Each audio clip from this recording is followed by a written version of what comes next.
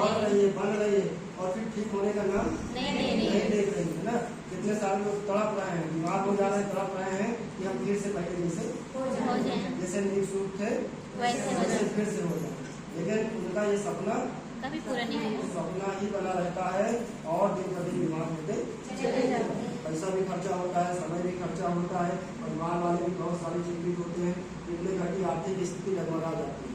मतलब सारी कमाई कहाँ जा रही है, जा रही है, डॉक्टर को जा रही है, अस्पताल में जा रही है। सही। तो क्यों हमें समझना जरूरी है कि क्यों डॉक्टर हमारी सेहत को बचा नहीं पा रहा। हमारा शरीर बना कैसे है, कोशिका से बना है। जब माता और पिता है ना, यहाँ से शुरुआत होती है, थोड़ा मैं बेसिक बता रहा हूँ है ना, यहाँ से शुरुआत होती है, इससे बना है कोशिका से बना हुआ, सेल से बना हुआ है ना। जब माता और पिता का सेल आपस में मिलता है, एक सेल मिलता है, एक अंश मिलता है, तो माँ के गर्भ में एक सेल की उत्पत्ति होती है ना। यहाँ से क्या होता है, शरीर की शुरुआत, हम सब की शुरुआत ऐसे ही हुई। सेल के बाद क्या होता है, ये सेल में एक गुण पाया जाता है, एक क्वालिटी पाई जाती है, ये मल्टीपल बढ़ता, ये मल्टीपल बढ़ता है, मतलब गुणात्मक रूप में बढ़ता है। फिर क्या होता है, सेल से क्या बनता है, सेल ऊतक बनता है। क्या बनता है, ऊतक बनता है। ऊतक से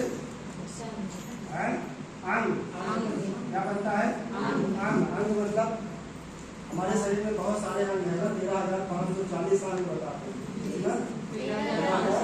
540 अंग है। जैसे आंख क्या अंग है ना, इस तरीके से करके हार्ट, लीवर, किडनी, ये सब क्या है, अंग है ना। इस तरह से पूरे शरीर में बताया जाता है कि 13,540 समथिंग अंग से भी क्या बनता है, तंत्र बनता है ना।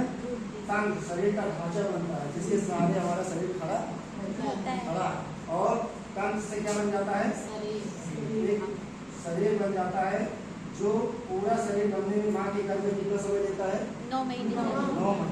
9 महीने में ये पूरी जो प्रक्रिया है ये पूरी होती है।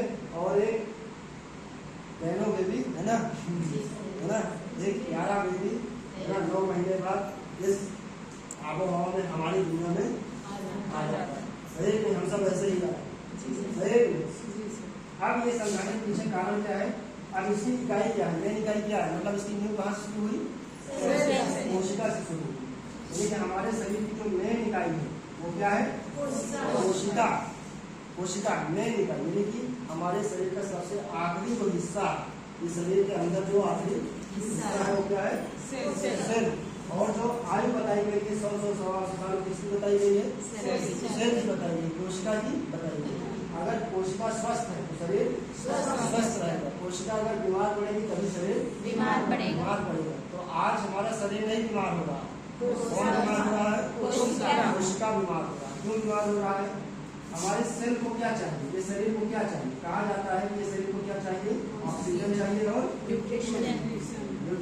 ऑक्सीजन चाहिए और न्यूट्रिशन चाहिए। मतलब सेल को जिंदा रहने के लिए, सेल को चलने के लिए क्या चाहिए, सिर्फ ऑक्सीजन और न्यूट्रिशन चाहिए। ये क्या है, इसकी डिमांड है, इसकी क्या है, डिमांड। शुद्ध ऑक्सीजन और शुद्ध न्यूट्रिशन। शुद्ध न्यूट्रिशन समझ जाएंगे, पोषण क्या चाहिए, पोषण चाहिए, जिससे कि ताकत हमारे शरीर में बनती है। तो ये क्या है, शुद्ध चाहिए, कैसा चाहिए, शुद्ध ऑक्सीजन और न्यूट्रिशन। अब ऑक्सीजन और न्यूट्रिशन हम कैसे लेंगे, जैसे डायरेक्ट ले लेंगे या डायरेक्ट कहीं न्यूट्रिशन दिख रहा है कि हमको केवल न्यूट्रिशन दे दीजिए, पोषण